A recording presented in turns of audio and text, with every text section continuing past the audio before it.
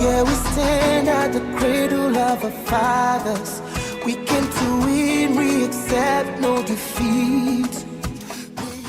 Alright, hello then, welcome to the Sports Embassy. My name is GABBY OFEI. Coming up, Cameroon will play Gambia in the quarter-finals. At the start, Amadou Ahidjo, a change of venues for the host nation following the stampede at the Olympic Stadium last night. I'm going to ask the organizing committees, the next match that's supposed to take place at Olembe should not take place. Right, more from CAF President Patrice Motsepe. All this with updates from the Australian Open and also some transfer updates as we progress. Well, let's start with some updates from the AFCON happening in Cameroon. It's round of 16, 2 matches today.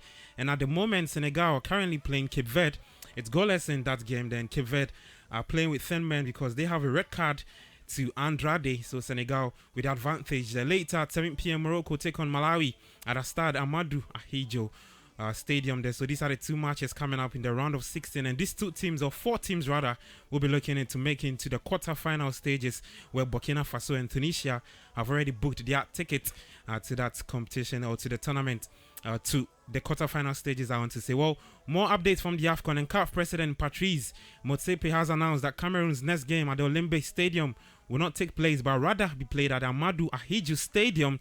Now, this follows the stampede that occurred during yesterday's game between Cameroon, the host nation, and Comoros, with 8 persons having been confirmed dead, while many others were injured after the crash outside the stadium. Now, the host nation's next game is the quarterfinals is against Gambia on Sunday. I went to Olembe Stadium to see exactly where it happened, and I've been given lots of feedback and had lots of discussions until very early this morning. And the first thing that I'm going to ask the organizing committee is, the next match that's supposed to take place at Olembe should not take place. And I spoke to the senior person in government, and it's correct, out of respect, they are our partners, to indicate that there must be an immediate, a committee that's set up to immediately investigate what happened. And in that context, to find out who was supposed to do what and who did not do and perform their responsibilities. We want that report by Friday. But as I said, the game that is scheduled for Olembe Stadium on Sunday is not going to take place, and as I said, out of respect to our partners and government, it's going to take place at Amadou Ahidjo. So it's going to take place at Amadou Ahidjo. Right, Patrice Motsepe also assured that the right measures are in place to ensure a peaceful end to the tournament in Cameroon. Best plans, best resources to make sure that we deal with any eventuality in line with best practices in the world. And the facts are, even in Europe, in America, worldwide, with the best infrastructure, resources, personnel, accidents do happen. And we should not compromise in terms of our insistence to have these appropriate measures which are in line with the best in the world, and accept that there may be unforeseen circumstances like this one. I don't even think you should call this an unforeseen situation where a gate which is supposed to be open is closed. So I just want to conclude by saying that, there has been very serious and very hard discussions that we've had amongst ourselves with our partners and with our partners in government. And the message I want to overemphasize is there's a huge amount of commitment to ensure that that appropriate measures are put in place, that this doesn't happen again. All right, so now the very best of scenes yesterday, PB, at the Olympic Stadium, where a 14-year-old boy died following a stampede at the stadium when Cameroon beat Comoros to progress to the quarterfinal stages. And I mean, that's not it is very, very bad to see. What caused it? There was a stampede. I think there were exits in the inner perimeter, so it was just one door opened. All right. So you find people choked, trying to escape through a narrow route. Right. Yes. So what? Excitement, disappointment. Yeah, excitement was because it of was the excitement. Victory, loss. I think it was a mix of everything, because you find Comoros fans there, you have the Cameroonians too there. So you have the Cameroonians who are excited because they've qualified. The Comoros, I mean, they are debutants, so nobody expected them to be here. But I don't really understand the stampede. But the update was that it was just one door. So Motsepe himself was very, very livid frustrated. Yeah. That why don't we have two doors opening? The whole stadium. Yes, I mean there was one side they were using. Right. So I think you find a lot of people very congested at that side. Right. So it has to be two doors open, Yeah. but it's just one. So doors are available, but they're using only one. Yeah, because I think maybe Why? it was the shortest route to Right. exit the stadium. And a 14-year-old, I mean, it saddens my heart. When I was doing the story, I just had Yeah, to be 14, man. just going to the stadium to witness a football match, and it's gone. A sport. And it's the reports are that 36 people more are injured. We just hope that they recover. Right. Not the things we want to see in Cameroon.